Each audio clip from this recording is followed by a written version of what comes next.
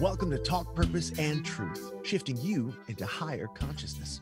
A show that elevates, uplifts, and encourages listeners to grow, heal, awaken, and evolve. Eden and Kim include bold topics, interviews with inspiring guests, experts, and celebrities, intuitive readings, channeled messages, mental health awareness, and hot topics to expand your awareness. Tune in for unprecedented truth, authenticity, on-purpose discussions, and magical moments. So we'll get right into that. Yeah. So, and first, I just want to shout out, because I think we have a lot of maybe more women that who listen than men. And we want to invite all the men to listen now, especially to this one. But this can also apply to women, whatever it is that we're going to be talking about. Either it's about, something you relate to, or something that someone who might be going through the same thing, but it's for everyone. But we do want to focus on the male perspective today. So first question I want to start off with is just really, what is the difference of someone heavily into ego and just being an awakened person? What are the traits of the ego? What are the traits of someone who's more awakened? Ooh, Scott, that's all you, awakened. So I would align autopilot to ego. We do our best here as human beings. We get plugged into this planet, and there's a roadmap that's given to us of how to succeed. And, Chris and I talk about this all the time. Our identity tied into our ego is built, whether it's age 1 to 5, or we can say 1 to 50, or 1 till death. But as we're building that, what happens is we go to first grade, we go to second grade, we go to third grade. Even before that, it's eat this, don't do this, don't do that. And so we start becoming our surroundings. And so then when somebody says a trigger word, like you're not enough, or you're not smart, or whatever, we get so caught up in here, and we get sucked into this space that we have to defend. And so we see it right now. The world collectively is defending itself, and especially men. And I'm not saying, we all are, but we see a lot of men who are coming to the table with a fight, and we've got to fight for everything. And the easiest thing that I can say is do 2 things. I'm just going to give 2 things before I pass this to Chris. Start your day with gratitude and start being more grateful. And that might not have a definitive alignment in your mind of, ego, but gratitude is going to start to create the next thing that's super important. And that's presence and awareness. And once you become aware, you can start making the changes that I'm sure Chris and I are going to talk about throughout the show with you guys. But bottom line, get present, be grateful, and start to become aware. And then you can step away from that old identity that's been spoon-fed and really start to live in this moment and start to realize that, hey, I've been on somebody else's watch and not on my own, and living my own life. So that would be the start. We could do this all day long, but that's a good start. Yeah, very good. Okay.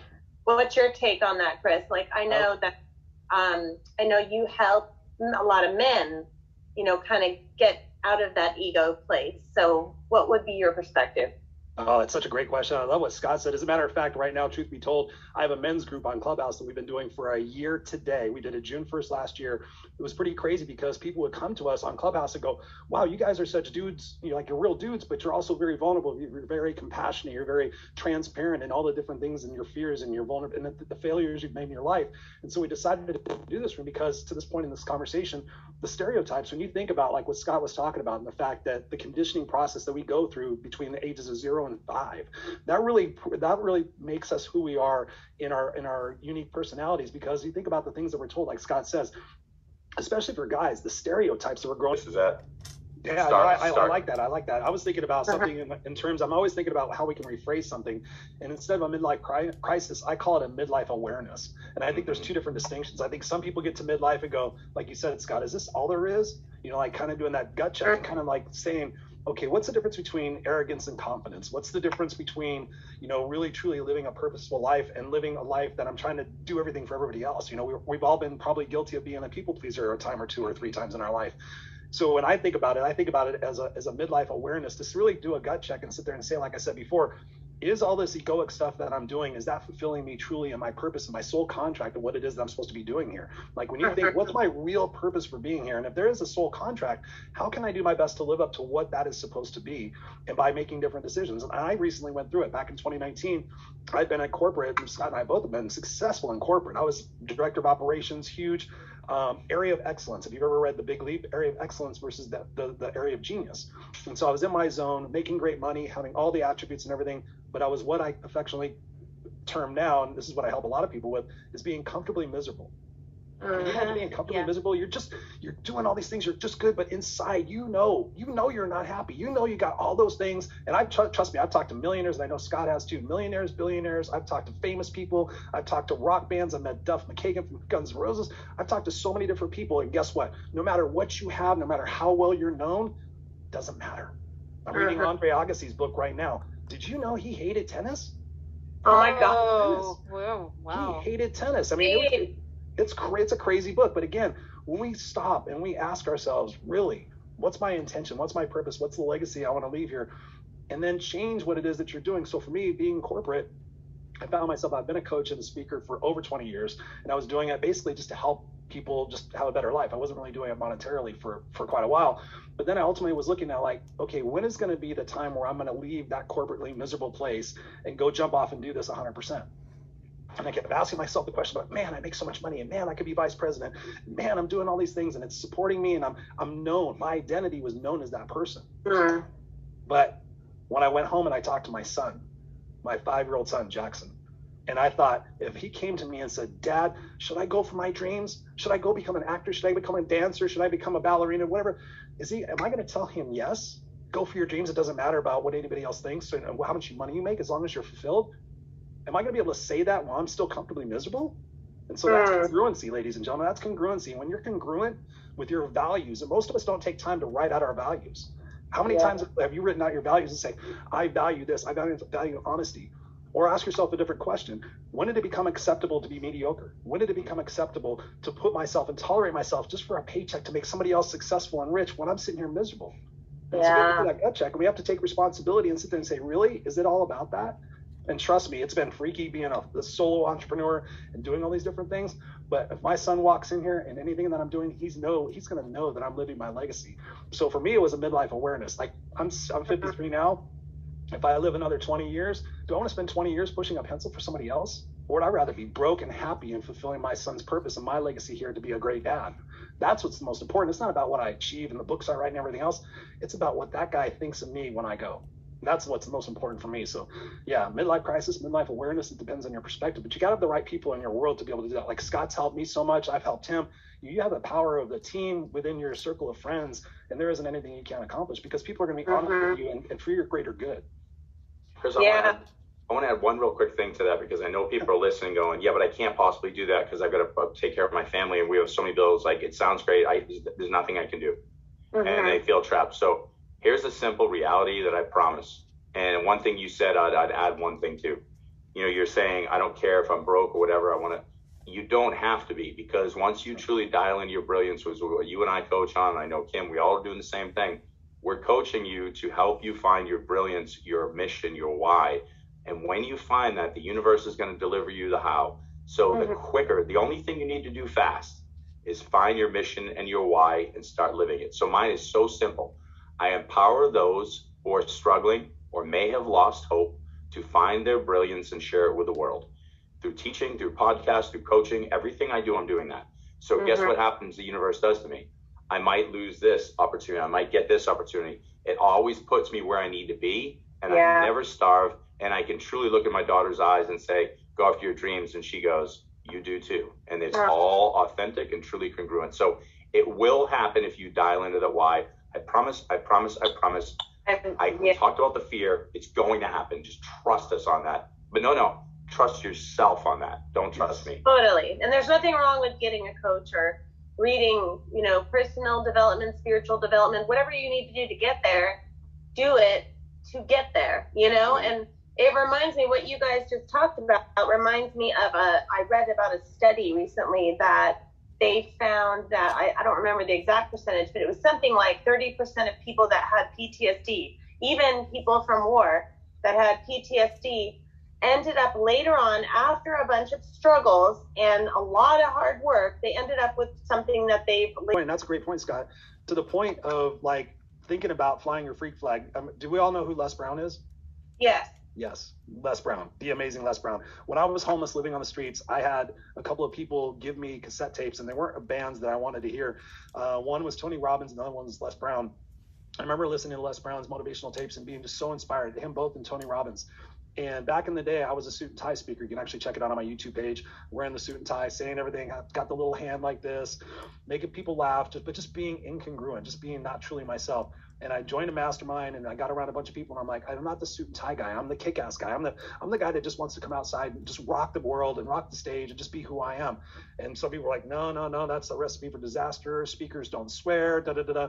But a few people said, you know what? Everybody else looks the same and sounds the same. Why not be unique? Why not be you? And I thought about it, and I was like, you know what? I'm going to do this. If I'm going to suck at something, my friend JB Glossinger said it. He said, if I'm going to suck at something, I'm going to suck at it being me. And so that's when I changed the branding and became the kick-ass guy. And I was like, this is just who I am. So I'm just going to go out there and rock it. And I went and saw Les Brown at an event, and I paid for a speaker's training program. And I get there, and I'm in my outfit. It was a little bit like this, you know, the bandana and everything. And the first thing we do is we get on stage, and he wants to hear us speak for 20 minutes to see where we start off from. It's a 3-day training camp. And so I get up there, everybody does 15, 20 minutes. He's like, yeah, I got to figure it out. I get up there, and I'm talking about how I mentor kids, and I've got the Kick-Ass radio show, and how my story and everything. And I'm just being who I am. I'm not being all polished. I'm not trying to impress him. I'm just talking to him. I'm just telling him a story. He spends 45 minutes on me. We're talking back and forth. He's like, do you swear in front of the kids you mentor? I'm like, yes, Les. He goes, oh, I don't believe in that. I'm like, Les, I'm going to talk to them the way they talk to each other. I don't want to put on airs like, oh, you could be all successful like me and not swear, you know, bullshit, whatever. And so everybody was like, my buddy Martin was there. He came in 10th in the World Championship of Public Speaking. He's super, super awesome. We were at dinner with Les Brown in the Sheraton Gateway Hotel. And he's like, Chris, he's like, Chris, he goes, you know, put the suit on, let's give, you know, da-da-da. And I was like, no. And I ultimately said, who's everybody at the table talking about? And he looked at me and goes, you're brilliant. I said, everybody's talking about me. Everybody's going to go back to their houses and go, oh my God, there was a guy that showed up in a bandana and he was swearing and he's well, who's this guy? Who is this guy?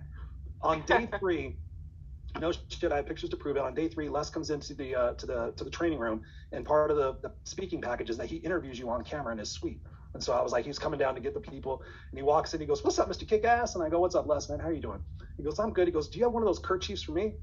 Meaning a bandana. And whenever I go to events, I have bandanas in my back pockets. I'll show people how to fold them, and I'll declare them Kick-Ass unstoppable. And so I go to hand him the bandana. I'm like, which one do you want, Les? He goes, oh, I'll take the blue one. And I go to hand it to him. He goes, no, put it on me. Put it on me. And I was like, and everybody was in the room.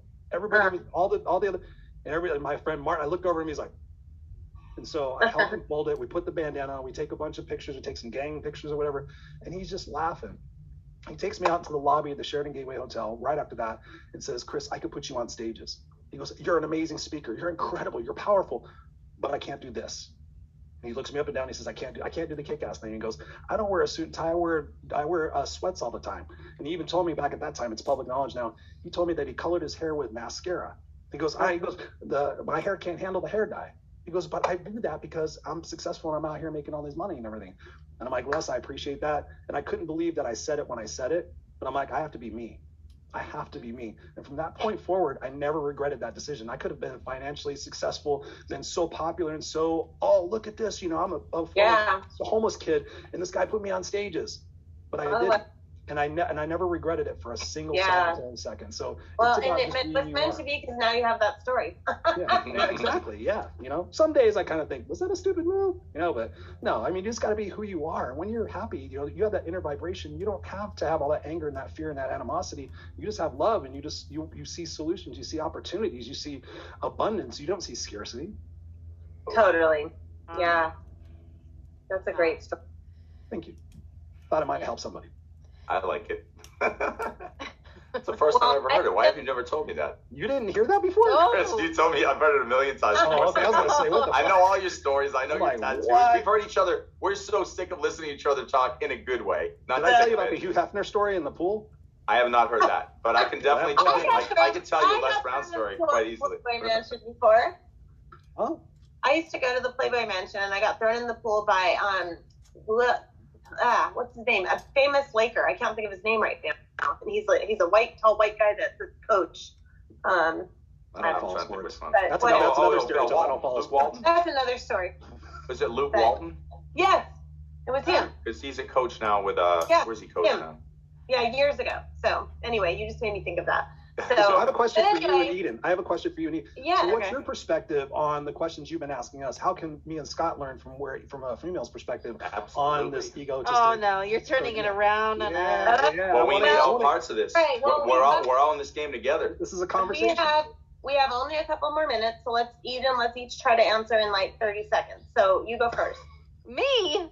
I am not prepared for that. A lot of my line of questioning comes from some personal situations. So I have a personal perspective, not really like a coach's perspective.